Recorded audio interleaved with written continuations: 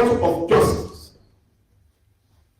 Now, these stories are important for those of us who still go to the court. Now, just to let you know, while I'm telling this story, a few things are happening in our country right now. The most serious is emergency rule. I was in Senegal for a meeting 2 weeks ago, meeting of the Media Foundation for West Africa. So while I was in the meeting, somebody rushed in and said, there has been a coup in Nigeria. So I rushed out. They speak French, you know. He didn't quite hear the news. So I went out to find out. I then rushed back. No, it wasn't a coup. Emergency rule has been posed in one state, and they appointed an administrator. The president appointed, and they said, is the president unelected? I said elected. What of the governor? I said the governor is elected. How can you remove him? And then replace him with a retired soldier. Mr. Falana, what kind of democracy is that? I was utterly embarrassed. Right? And I think Audiobe has made a point. Chief Audiobe, that by appointing a former military dictator to go ahead and stage, the government may be tempting soldiers to disrupt the entire exercise. Now, for lawyers, please, when you hear any lawyer defending emergency, I beg you, ask one question. What section of the Constitution, what section allows removal of the governor and deputy and then suspension of legislation? Please ask, because this regime last year went to court to challenge the removal of governor of local government chairmen and councillors by governors.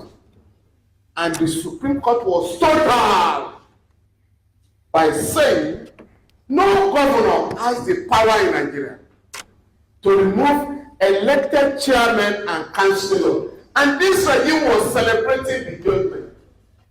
Even though the Supreme Court even went off the track by amending the Constitution to please the executive. They rewrote Section 162 of the Constitution, which stipulates that every month the statutory allocation of states, of local government, shall be paid into a state local government joint account. Supreme Court said no, that shall pay it directly.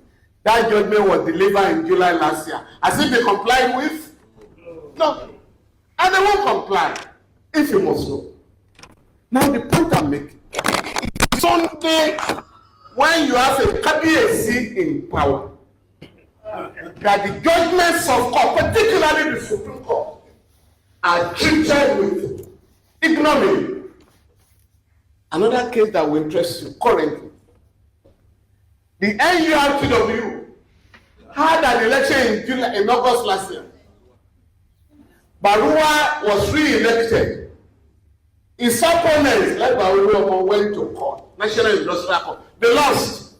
They went to the Court of Appeal. They lost. The Court of Appeal is the last court. It is the Supreme Court of Labor Matter. As I'm talking to you, as we are gathered here, Oluomo, not elected by either the members or the court. You know, court also elect people in Nigeria. Is the one in the secretariat of that video today. Why Barawa is kept outside the secretariat of the day? To take over that secretariat, they invaded the place theater and killed one Nigerian.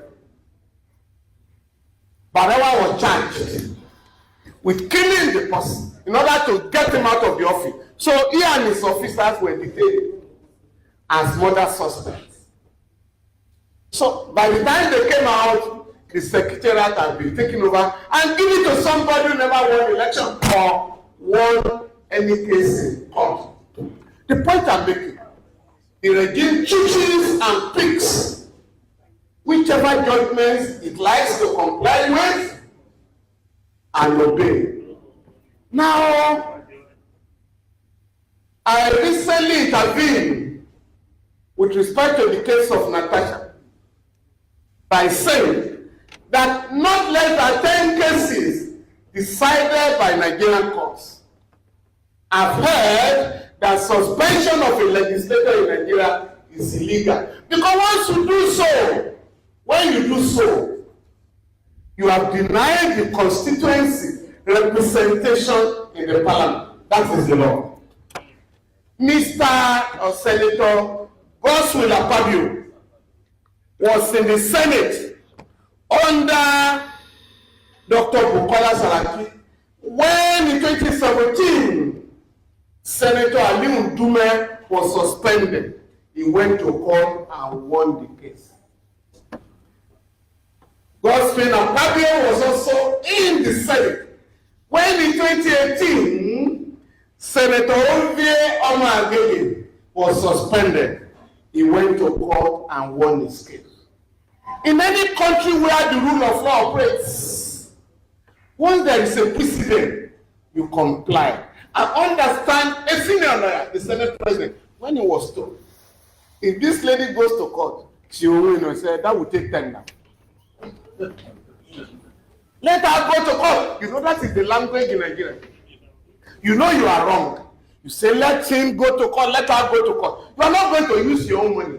You are going to use the money of the state. It is a height of impunity for a senior lawyer to ignore the judgments of the Court of Appeal and the Supreme Court on any given matter. That is what is going on in Abuja. Yesterday, the governor of Kogi State,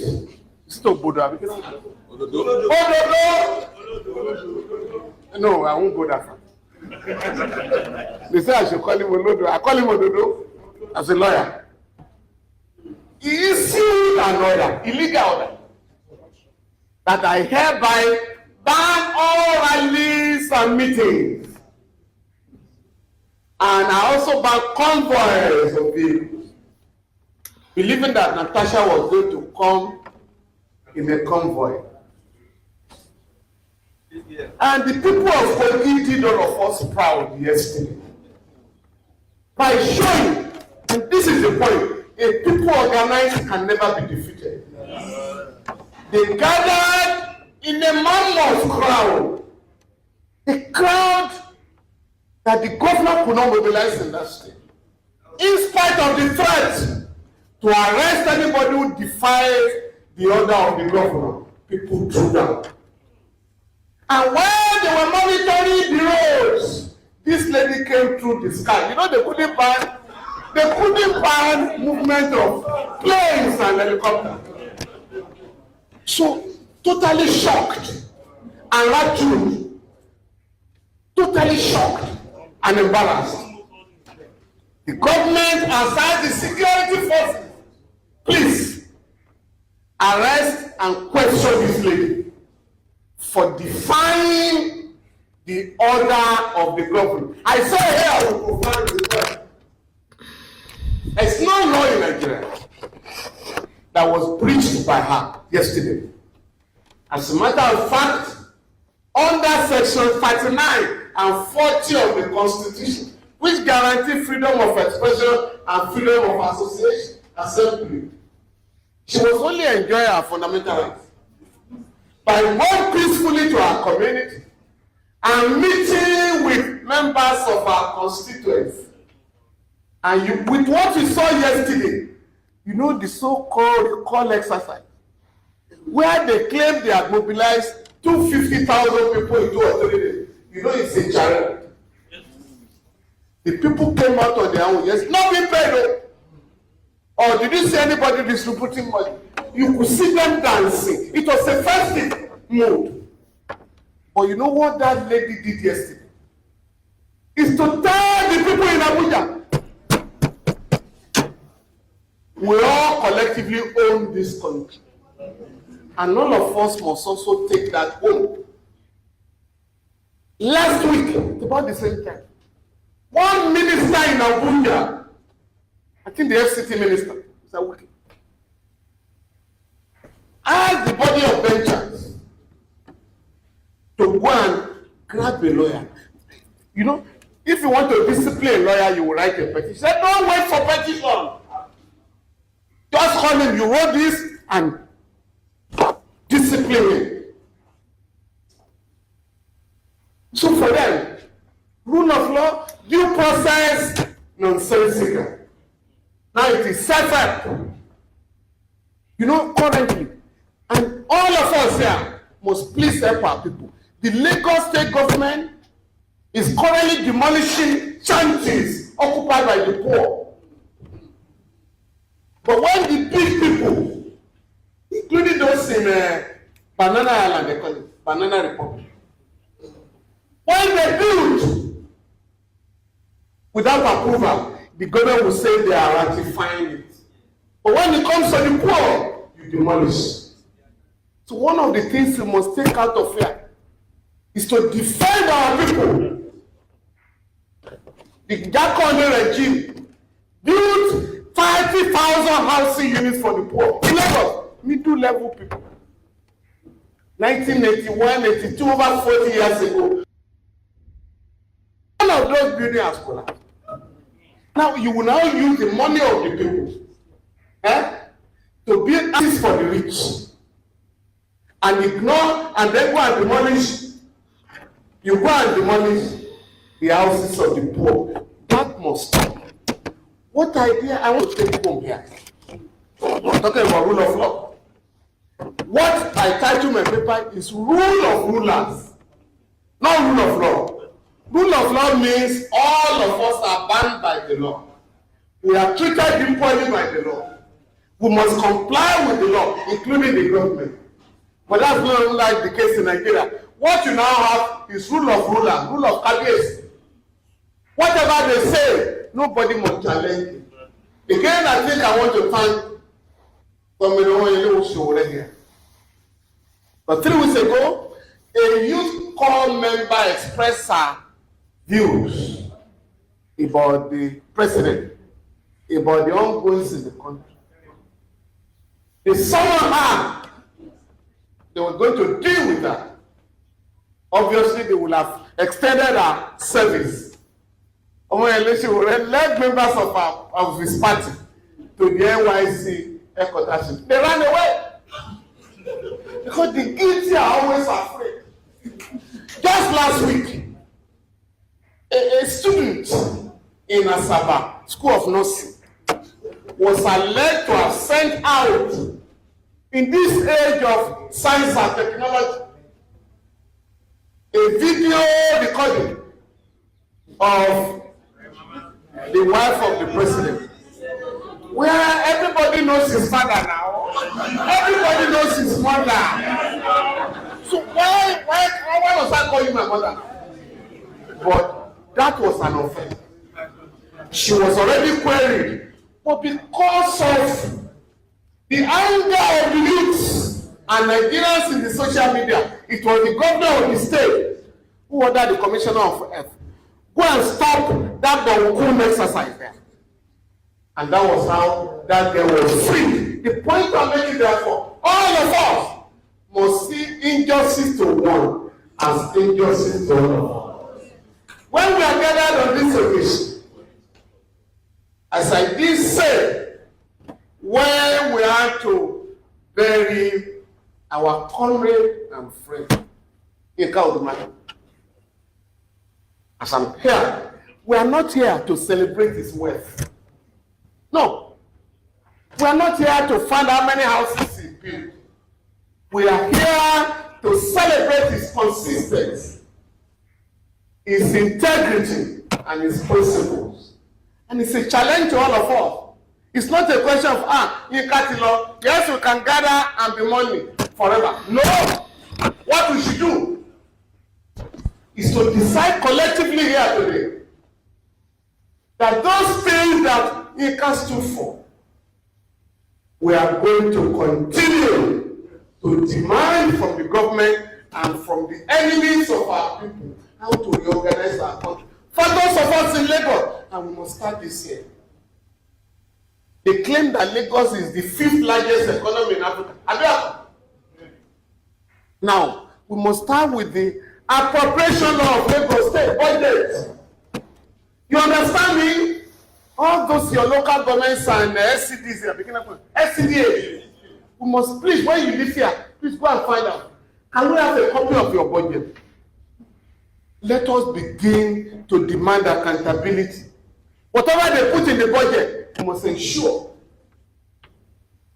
that they implement. And those in Abuja, your senators and House of Rep members, in 2024, averagely, if each senator took away 500 million.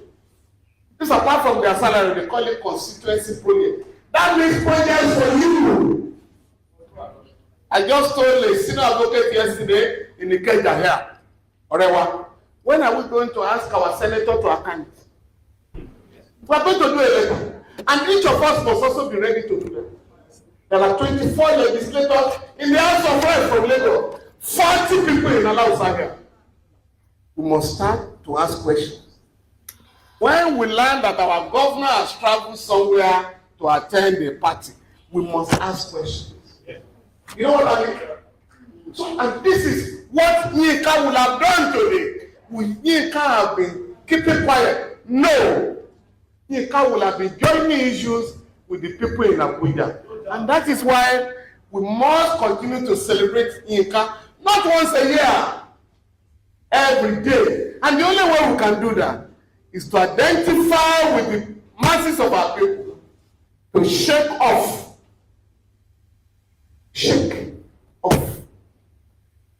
the heavy load that these people have imposed on our people. Please, for those of you in the social media, I beg you, increase, intensify by joining issues with them. They are juggling figures now that things are getting better. Are you not aware? They just